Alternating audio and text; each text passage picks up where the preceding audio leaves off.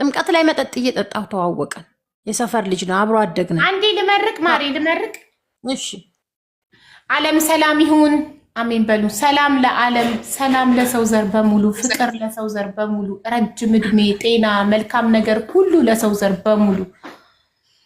የታመሙትን ሁሉ ፈጣሪ ይማራቸው፣ የተቸገሩትን ሁሉ ፈጣሪ አለሁ ይበላቸው። ማንም ሰው አይክፋው፣ ማንም ሰው አይዘን። ሁሉም ሰው እዚህ ምድር ላይ ደስተኛ ጤነኛ ሆኖ ረጅም እድሜ ይኑር።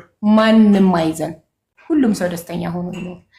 ትዳር የምትፈልጉ እህት ወንድሞቼ ፈጣሪ የተባረከ ዕጣኑ አይታያችሁ። ትዳር የምትፈልጉ እህት ወንድሞቼ ፈጣሪ የተባረከ ትዳር ይስጣችሁ። ልጅ የምትፈልጉ እህት ወንድሞቼ አራሃና እንዴ ዱአ ምርቃቱን እንኳን እስከምጨርስ ዋው ዝጊው አንቺ ከእንትኑ ላይ ከሶኬቱ ላይ ያቆማል። ቴንክ ዩ። ትዳር የምትፈልጉ እህት ወንድሞቼ ፈጣሪ የተባረከ ትዳር ይስጣችሁ። ልጅ የምትፈልጉ እህት ወንድሞቼ ፈጣሪ ጤነኛ ልጆችን ይስጣችሁ። የወለድ ልጆቻችንን ያሳድግልን። እርጉዞችን በሰላም ይገላግላችሁ። ለእኛም ለሁላችንም ለወለድን ሰዎች ረጅም እድሜ ሰጥቶ የልጆቻችንን ቁም ነገር ያሳየን። አሜን። አመሰግናለሁ። አሁን መቀጠል ትችያለሽ። እሺ። እና የጥምቀት ቀን እንደዚህ ተዋወቅን። እሱ ጋር የሰፈር ልጅ ነው። ከዛ በዛው ፍቅር ጀምረን አሁን የራሴ ቤት አለኝ። ቤተሰቦቼ ጋር ሁነን ያስቀመጥነው ኮንቲነር አለ። እዛ እየሰራሁኝ እዛ እዚህኛው ልጅ ጋር መኖር ጀመርን። እሱም ጋር ስኖር ያው እርግዝና ተፈጠረ። ይህም ሶስተኛውም ሰው በጣም ጥሩ ልጅ ከምነግርሽ በላይ ሰው አክባሪ፣ ቤቱን አክባሪ፣ እኔን አክባሪ፣ በጣም ከምነግርሽ በላይ እኔ ሁለቱም ያለፍኳቸው ወንዶች በጣም ጥሩዎች ናቸው። በጣም ጥሩዎች ከምነግርሽ በላይ ማለት ነው ሀቡዬ። እና እዚህም ጋር እየኖርኩኝ በቤተሰብ ምክንያት ከዚህኛው ጋር ደግሞ ተለያየን። ከሶስተኛው ልጅ ጋር ማለት ነው።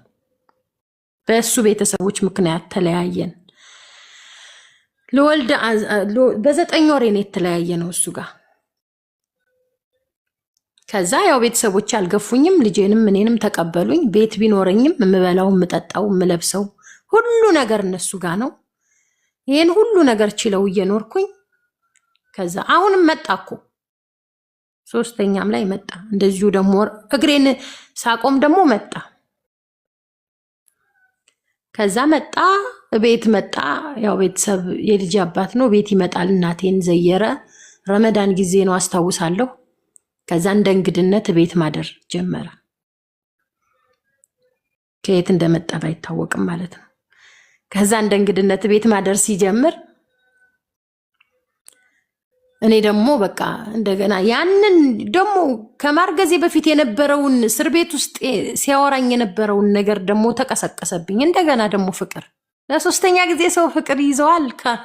ከዛው የባሉ ሽማ በቃ ማለት ትችያለሽ። በቃ መቼም እኔ እንኳን ወንድ የሌለበት ቤት ወንዶቹ እያሉ ራሱ ቢመጣ እሱን አልከለክለውም ብዬ ነው የምነግርሽ። ወላሂ ነይ ያለብኝ ቦታ ሁሉ ሄዳለሁ። ነይ እንደዚህ ጉድጓድ ግቢ ቢለኝ ሁሉ ሄደ። እኔ ምን እንዴት ራሱ እንደምገልጸው አላውቅም። ወላሂ በቃ በጣም ህይወቴን ሁሉ በቃ መስጠት ሁሉ ደርሳለሁ።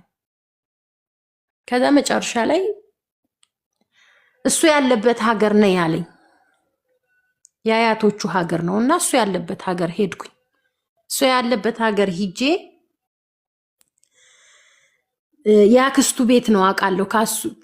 ከሱ ከሁሉም በፊት ከልጄን ለእናቷ ከሰጠው በኋላ እኛ ጋር ኑሪ፣ እሱ በቃ አይጠቅምሽም፣ እንደዚህ እያልሽ እየተንገላታሽ ከአንዱ ሀገር አንዱ ሀገር እያልሽ ከምትኖሪ ለምን እኛ ጋር ትኖሪም ሁሉ ትለኝ ነበር። አያቲቱ ማለት ነው። እኔ ቤት እዚህ እሰራልሻለሁ ኑሪ ትለኝ ነበር። አክስቲቱም እኔ ልጅ የለኝም፣ እሱን ያሳደገችው አክስቱ ማለት ልጅ የለኝም፣ ለምን እኔ ጋር አትኖሪም? እንደዚህ እየተሰቃየሽ አንዱ ሀገር እያልሽ እንደዚህ ከምትኖሪ ትለኛለች። እና እዛች አክስቱ ቤት ያች አክስቱ የለችም፣ እሷ ቤት መኖር ጀምሯል። እዛ ነኝ ሲለኝ ሄድኩኝ። ለካ በቃ ነይ ብሎኝ ሄድኩኝ። ቤቱማ በቃ ከወሰደኝ እንደገና ፍቅር ልጄ በቃ አብረን ልንኖር ነው። በቃ አዲስ ተስፋ እንደገና ተንሰራረሁ። በቃ እሱ ጋር ድሬ ስመጣ ሲጀመር ፊቴ ሁሉ አዲስ ይሆናል። አሮጊትነት የራሱ በቃ ምን ልበልሽ፣ ወላሂ አዲስ ሰው ሆናለሁ። ቆንጆ ሁኜ ነው የምነሳው።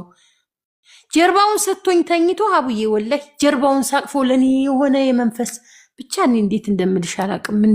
ምን ያህል እንደምደሰት ጀርባውን ሰጥቶኝ ተኝቶ ጀርባውን ሳቅፎ እደሰታለሁ ወላሂ። በቃ ህይወቴ በቃ በሱ እጅ ያለው ሁሉ እስከሚመስል ወላሂ። እና በቃ በጣም ይሄን ያህል ድረስ ነበርና ከዛ በቃ አዲስ እንደገና በቃ እንደገና ተነሳሁኝ። በቃ ደግሞ እንደገና ፍቅር ያዘኝ። ሶስተኛ ጊዜ ደግሞ ፍቅር ያዘኝ። ከዛ መጨረሻ ላይ ልጄ መጣች። ፋሲካ ቀን ነው አስታውሳለሁ። ቤት መጣች እኛ ጋር እና ለካ እሷን ተናግሯታል። እኔ እኮ እናትሽን እንደፈለገች ነው ማሽከረክርሽ። የዛሬ 3 ዓመት ማለት አሁን ረመዳን ያለፈው የዛኛው ረመዳን ማለት ነው። የዛኛው ረመዳን እኔ እኮ እናትሽን እንደፈለግኩ ነው ማሽከረክራት ይላታል። ከዛ እሷ አጋጣሚ ሆና ለፋሲካኛ ጋር ተጠራችና መጣች። እናቷ አያቷ ሞተችባት። የሷ ማለት ነው የሱ እናት አያቷ ሞተችባት። ከዛ ለፋሲካኛ ጋር ስትመጣ እናቴ ጀምረሽ ነው እንዴ አባቴ ጋር እንደገና ለመኖር ወስነሽ ነው እንዴ? እኔ ዛኔ አልኖርም ብላችሁ ከተለያያችሁ እኔ እንደዛ ስለምናችሁ አብራችሁ ሳትሆኑ እንዴት አሁን አብረሽ ሆንሽ? ጀምረሽ ነው እሱ ጋር መኖር አለችኝ። ኧረ እኔ አልኖርኩም። ኧረ እኔ ብሎኛል፣ ነግሮኛል። እናትሽን እንደፈለግኩ ነው ማሽከረክራት ብሎኛል አለችኝ። እንደዚህ ያለሽ? አዎ። እና ግን እሱ እንዴት ነው የሚኖረው? እናቴ ያው ትልቅ ናት ብዬሻለሁ ልጅቷ። እንግዲህ የዛኔ 15 ዓመት ነው ማለት ነው። አሁን 17 ዓመቷ። እና እናቴ እረፊ፣ ቤት ውስጥ የምትኖር እኮ ሚስት አለችው አለች። ለዛውም እርጉዝ ያረገዘች ሚስት አለችው ቤት ውስጥ የምትኖር ብላ ነገረች። ከዛ ያንን ስትነግረኝ ደወልኩን። እንዴት ሚስት እያለህ ቤትህ ጠራኸኝ? ሚስትህን የት አድርገሃት ነው እኔን ቤት ጠርተህ እኔን አብረህ ይዘኸኝ የተኛው ስለው፣ እንዲህ ማን የነገረሽ? ማንም ይንገረኝ፣ ማንም ሚስት አለህ? እንደውም እርጉዝ ናት። የት አድርገሃት ነው እንዴት እኔን ይዘኸኝ የተኛው ብዬ ስጠይቀው፣ ከዛ ልጄን ሂዶ መታት። አንቺ ነሽ የነገርሽው ብሎ ይመታትና እሷ ሆስፒታል ትገባለች። ኩላሊቷን ረግጧት ማለት ነው። ከዛ ሆስፒታል ገባች። ከዛ በዛው እኔም የዛን ቀን በቃ የዛን ሰዓት ቆረጠልኝ። ከዛ በኋላ ይደውላል። ከዛ ይሰድበኛል። አንቺንም ልጅሽን ማጠፋችኋለሁ ይለኛል። ያልጨረስኩትን እሷንም በቃ ቀን በቀን መደብደብ ሆነ ስራው። እናቱንም ማቃጠል ሆነ ስራው። እናቲቱ ሞተች። ልጄ ብቻዋን ሆነች። ወንዳያት አለ። ልጄ ብቻዋን ሆነች። ከዛ በቃ እኔም ልጄን በቃ እሷ በቃ የሱ ልጅ ስለሆነች ብቻ እንኳን እሱን አልፎ አሁን ጥላቸው እንደዛ 3 4 ያፈቀርኩት ሰው አልመሰለኝ። ልጄን ሁሉ ጠላኋት አቡዬ። ልጄን በቃ አስጠላችኝ። በቃ ለምን ቤት መታ የሆነ ቦታ ከወጣች ራሱ የትወተሽ ነው ስድብ ሰድባታለሁ፣ ገለምጣታለሁ። እንደዚህ አድርገሽ አንቺ እኮ አባትሽ እንደዚህ ያደረገኝ የማንሽ ልጅና በቃ እንደዚህ እያልኩኝ ልጄን አሳቀኳት። ለምንሽ በቃ ከዛ እሷም 6 ወር ሲሆናት እኔ በቃ እዚህ አይመቸኝም አለችና ተመልሳ ወደዛው ሀገር ሄደች። ከዛ ወደዛው ሀገር ሂዳ እዛው መኖር ጀመረች።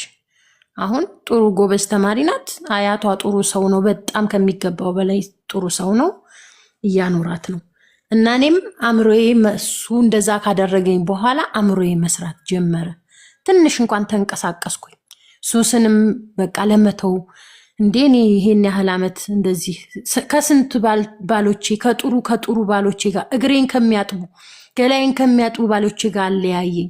ወላሂ ኑሮዬን ሁሉ ቁርፍድፍድ አደረገብኝ። በቃ ከመጀመሪያው ሳይሳካልኝ መጨረሻዬንም አበላሸብኝ። በቃ አእምሮዬ ከዛ መስራት ጀመረ። ለምን እንዴት የሚለውን ጥያቄ ለራሴ። ከዛ ደግሞ ቤተሰቦቼ እኔ ልጆቼም 2 ልጆች ቤተሰቦቼ ጋር ነው የሚኖሩት፣ እኔም ቤተሰብ ጋር ነው የምኖረው። እሺ ነገ እናቴ አንድ ነገር ብትሆንስ? ይሄ ወንድሞቼ አንድ ነገር ቢሆንስ? እህቴ አንድ ነገር ብትሆንስ? ወላሂ አቡዬ የምነግርሽ እህቴ 12 ዓመቷ ጅዳ ማለት ነው። አንድ ቀን እንደዚህ በክፋት አንድ ቀን ተናግራን አታውቅም። እኔ ከሆንኩኝ የእናንተ እርዝቅ አላህ ለእኔ ርዝቅ ይሰጠኛል። የእናንተ ርዝቅ እኔ ከሆንኩኝ አልሐምዱሊላህ በጤና ሰርቼ ለእናንተ መኖር ከቻልኩ ትላለች። በስሟ እንኳን አካውንት የላትም እንኳን የአካውንት ብር እና ከዛም በኋላ ነው በቃ አሁን በቅርብ ሰዓት አእምሮዬ መስራት ጀመረ። ለምን በቃ አልሄድም ወደ ውጭስ በቃ እንደገና ልሞክረው በቃ ወደ ውጭ ለመሄድ ብዬ ተነሳሳሁኝ። እህቴንም አናገርኳት። ብዙ ብር አወጣን ወደዚህ ለመምጣት። ሳውዲም ተዘግቶ ነበር። አሁን በቅርብ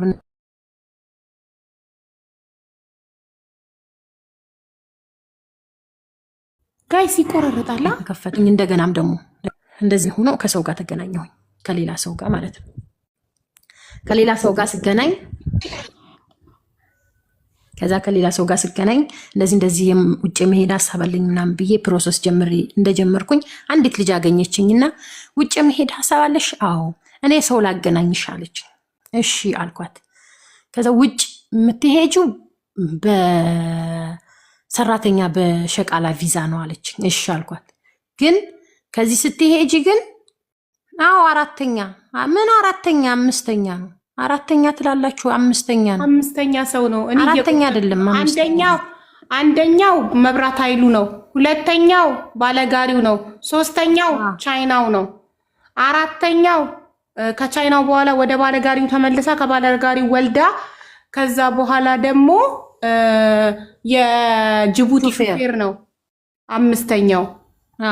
አዎ ከጅቡቲ ሹፌሩ በኋላ ደግሞ ማን ነው? የትንሿ ልጅ አባት እኮ ስራው ምንድን ነው? እሱ አሁን ቀበሌ ውስጥ ነው የሚሰራው። ባለ ቀበሌው የቀበሌ ሰራተኛው ነው አምስተኛው። አሁን ደግሞ በስራቸው እንጥራቸው እንጂ ስም ማን አይጠቀስም እዚህ ቤት። ስምም ሃይማኖት፣ ብሔር መጥቀስ አይቻልም። እሺ ከዛስ ሙስጠፋን የውላችሁ በማይሰማው ቋንቋ አንዴ ልንገራቸው። የማይሰማው ቋንቋ አማርኛ እየተነገረ ምንም ሳይገባው ቁጭ ያለው እየለመነ ነው። በቃ ልንገራችሁ አይደል፣ በቀላል አማርኛ እየለመነ ነው፣ እርዱኝ እያለ ነው። እንደነገርኳችሁ ሚስቱና ልጁ ሴት ልጁ በጦርነት አጥተው እሱና ወንድ ልጆቹ ጎዳና ላይ ድንኳን ደኩኖ ነው የሚኖሩት። እና የሚበላ አልቆብናል። ያው አመታችን ነው ሙስጠፋን ስናቀው፣ አመት ሙሉ በእንደዚህ አይነት ሁኔታ ላይ ነው የሚኖረው። እና ያላችሁን ስጡት። ቁጭ ብሎ እየጠበቀ ነው። ያላችሁን ጣል ጣል አድርጉለት። የምታውቁትም ሰው ካለ ሼር አድርጋችሁ እርዳ በሉት። የት ነው ሀገሩ? ፍልስጤን። እናመሰግናለን። አም በኸብሮን አና ከብዶኝ እኮ ነው። አም በኸብሮን كل شوي ممكن ناس جداد يدخلوا أم بخبرون إذا عندكم أي جيفت عطوا لمصطفى ساعدوه. هو عم بيربي ولاده وزوجته توفت بالحرب. عم بخبرون قصتك يا أخي. الله يحفظك والله يرزقك يا رب. وشكرا لأهل إثيوبيا أهل إريتريا، شكرا لكم جميعا. الله يرزقكم يا رب. آمين آمين. أختي أنا قديش بجمع إن شاء الله. إذا جمعت كتير مبلغ كبير بدي ساوي وجبات وساوي مقطع فيديو ونشرب اسم إثيوبيا إن شاء الله. إن شاء الله. እንትን ካለልኝ በጊፍቱ ትንሽ ገንዘብ ከወጣልኝ ምግብ ሰርቼ ለልጆቹ ሳበላቸው ቪዲዮ ቀርጬ ፖስታለሁ እንድታዩ። ማለት የሰጣችሁኝን ገንዘብ ልጆቹን እንዳበላኋቸው እንድታዩ እያለ ነው። የእሱ ልጆች ብቻ አይደሉም ባይዘው ብዙ ወላጅ አልባ ልጆች እዛ ድንኳን ውስጥ እሱ የሚኖሩበት ድንኳን ውስጥ አሉ ብዙ። እና በእናንተ በኢትዮጵያኖች ስም እንትን እላለሁ አለ። እሺ እንቀጥል። ያላችሁን ስጡት እናንተ። ህይወት ከዛ በቃ ወደ ሳውዲ ለመምጣት ለመጀመሪያ ጊዜ ከሀገር ልትወጪ ነው ማለት ነው? ወደ ሳውዲ ልትመጪ? ከዱባይ በኋላ። ትክክል። ዱባይ ሄደሽ ነበር እንዴ? እንዴ ጠንቋይ ቤት አጋጥሞኝ ብዬሽል ወይ አው ተይው በማታሱ ማስታወስ አልፈልግም። ባለቤቴ ጠዋት ስራ ስላለው ገብቶ ተኝቷል። በኋላ ደግሞ ፈራለሁ ብቻዬን ከሳሎኑ ወደ መኝታ ቤት ስሄድ እፈራለሁ። አው ትዝ አለኝ። አው ከዛ በቃ ማለት ትንሽ አእምሮዬ መስራት ጀመረ። ከዛ በነገራችን ላይ ሙዚቃ ምናምን እሰራ ነበር። ሙዚቃ በክለቦች እየሄድኩኝ በተለያየ በቃ እሰራ ነበር። ጎበዝ ነበርኩኝ እና እኔ ጨርሼ ተሰርቶልኝ ጨርሼ አሬንጅ ሊደረግ የነበረ ሙዚቃ እኔ ትቼው የትም እንትን ስል ከዛ አንዲት ልጅ አውጥተዋለች ሙዚቃውን። ከዛ ሰውየው በጣም አዘነብኝ፣ ደውሎ በጣም አዘነብኝ። ከፈቀዳችሁልኝ እንደውም በኋላ ዘፍንላችኋለሁ።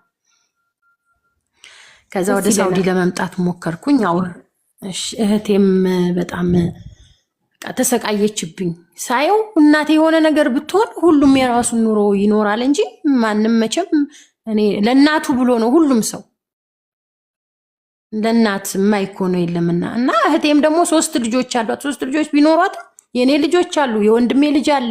በቃ እንዳልኩሽ ያው 2 ሰው ይሰራል፣ 1 ሰው ሌላው ሰው ይበላል። እንዳልኩሽ በስሟ እንኳን አካውንት የላትም። በቃ ደከመች፣ አረጀች። አሁን ላይ በቃ እንትን አለች። በቃ ማለት አጋዥ ፈለገች፣ ከማገዝም ደግሞ ማረፍ ፈለገች። በቃ በቅቷታል፣ ትልቅ ሆናለች። የሁላችንም ትልቅ ናት። ሁላ አእምሮዬ ላይ በቃ ተቃጨለ እስከ ዛሬ በቃ ምናምን። የዛሬ ዓመትን ረመዳን ሙሉውን ወር በዱዓ አሳለፍኩኝ።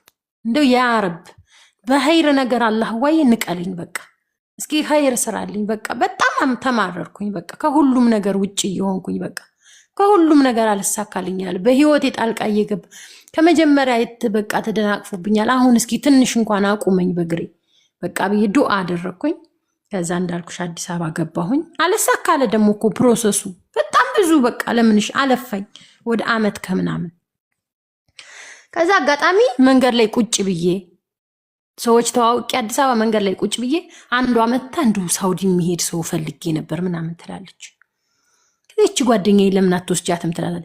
ትሄጃለሽ ሰሚራ? አዎ እሺ። ከዛ የምትሄጂው በሸቃላ ቪዛ ነው አለች። የምትሄጂው ከዚህ ግን ስትሄጂ ኒካ አስረሽ ነው የምትሄጂው አለች። ከዛ እሺ ምን ችግር አለው እንኳን እዚህ 50 ግፋፎን ጋር እያደርኳል እንዲ እንኳን እዛ አይደለም እናረብ ጋር አልኳት። እንደው በቃ በሳቅ ሞቱ እነሱ ራሱ። ከዛ እንትን ሲል ሰውየውን ፎቶዬን ስትልክለት እዛው ነው ኢትዮጵያ ውስጥ ነው ሰውየው አረቡ ማለት ነው ይዞኝ የሚመጣው። ለሚያመጣይ ሰውዬ ሌላ ናቸው፣ እሱ ይዞኝ ለሚመጣው ሰው ልጅ ማለት ነው የሰውየው ልጅ። ከዛ ኑ አለን፣ ሄድን። ስንሄድ ከዛ እኔ የምወስድሽ ለአባቴ ነው አለ፣ ግልጹን ማለት ነው። የምወስድሽ ለአባቴ ነው። አባቴ ጋር ስትሄጂ አይፈቀድ፣ አግብቶ ለመውሰድ ከዚህ አይፈቀድም፣ ትልቅ ሰው ነው ሰውየው። ስለዚህ ስትሄጂ ትሄጂው በሸቃላ ቪዛ ነው። እዛ ግን ሂደሽ እንደ ሚስት ሆነሽ ነው የምትኖሪው። አንቺና እሱ ብቻ ናችሁ ቤት ውስጥ የምትኖሩት።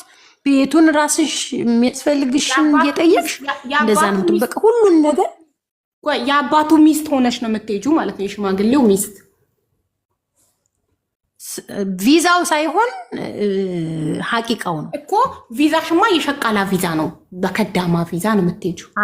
እና እዛ ስትሄጂ ለአባቴ አጅነቢ እንዳትሆኝበት ነው አለኝ። አጅነቢ ማሳጅ ታስራላችሁ፣ ማሳጅ ታረጊዋለሽ። በቃ እንደ ሚስቱ አብረሽም ትተኛለሽ። ሚስት ማለት ነው። በቃ ያማ እንግዲህ ይቀራል እንዴ እኮ ሚስት ያን። እና ከዛ የእሳቸውንም ፎቶ አሳየኝ። ሚስት የምታረገውን ሁሉ ታረጊያለሽ። እሺ። ከዛ የእሳቸውን ፎቶ አሳየኝ። እዛ እኔ እዚህ 50 ግፋንፎን ጋር እየተንጋፈፍኩ ኑር ያለሁኝ ከክሽ ልከከይ ጋር ችግር የለውም አንዴ ብቻ ከዚህ አግሬ ይውጣ አልኩኝ። እሺ አልኩኝ፣ ተስማማን። ደግሞ ዓመት ከምናምን የፈጀው ፕሮሰስ በ15 ቀን ነው አለቀ። አቡዬ በ15 ቀን ወላሂ ብዬ የምልሽ። ከዛ ያገናኘች ልጅ አወራን በግልጽ ለብቻ የሚሰጥ ብር አለ አለችው። በግልጽ የሚሰጥሽ ብር አለ፣ ያን ብር ለ3 ነው የምንካፈለው አለች። ምን አላቅልሽም። ከዛ ተቆራረጥኩ እንዴ። ከዛ እሺ አልኳት። እኔ ማለት መውጣቴን ነው እኔ የምፈልገው፣ እኔ መውጣቴን ስለሆነ የምፈልገው እሺ አልኳት። ከዛ 5000 ብር ተሰጠኝ፣ 5000 ሪያል ማለት ነው። እሺ ከዛ ያንን ብር ለ3 ተካፈልን። ልክ ይሄን ከጨራረስኩ በኋላ ለቤተሰቦችም ለእህቴም ስነግራት እሪ ያለች፣ በቃ እሪ ያለች። እንዴት ምናምን አለች። በቃ ይሁን እኔ ምንም በቃ ደንታ አይደለም መግባቴን ነው መጀመሪያም በቃ ወደ ሳውዲ ገብቼ ስራ ማገኝበትን ብር ማገኝበትን ነገር ነው በቃ እሺ አልኩኝ። ያን ብር ለምን ሰጠሽ ሲሉ ይሄ ቃል ነው ያሉት፣ ከሚጠፋ የወለዱት ይጥፋ። እሺ ብያለሁ። በማወቅም ባለማወቅ ለ3 ተካፈል። እነሱ 3000 ሪያል ወሰዱ፣ እኔ 2000 ሪያል ወሰዱ። ኦኬ እነሱ 1500 አንቺ 2000። አዎ በቃ ይሄ ያገኙ። አንድ ሰው ሰራ ጠየቀ፣ እሺ ብያቸዋለሁ፣ ወሰዱ። በዚህ በቃ አዎ ሲጀመር አገናኝተውሻል። ሲጀመር እነሱ ናቸው ይሄንን ያገናኙሽ። ስለዚህ መጀመሪያም ተስማምተሽበታል አይደል? ለሚሰጥሽን ብር እንካፈላለን ብለው ተስማምቻለሁ። አዎ እሺ ብዬ ይሄንን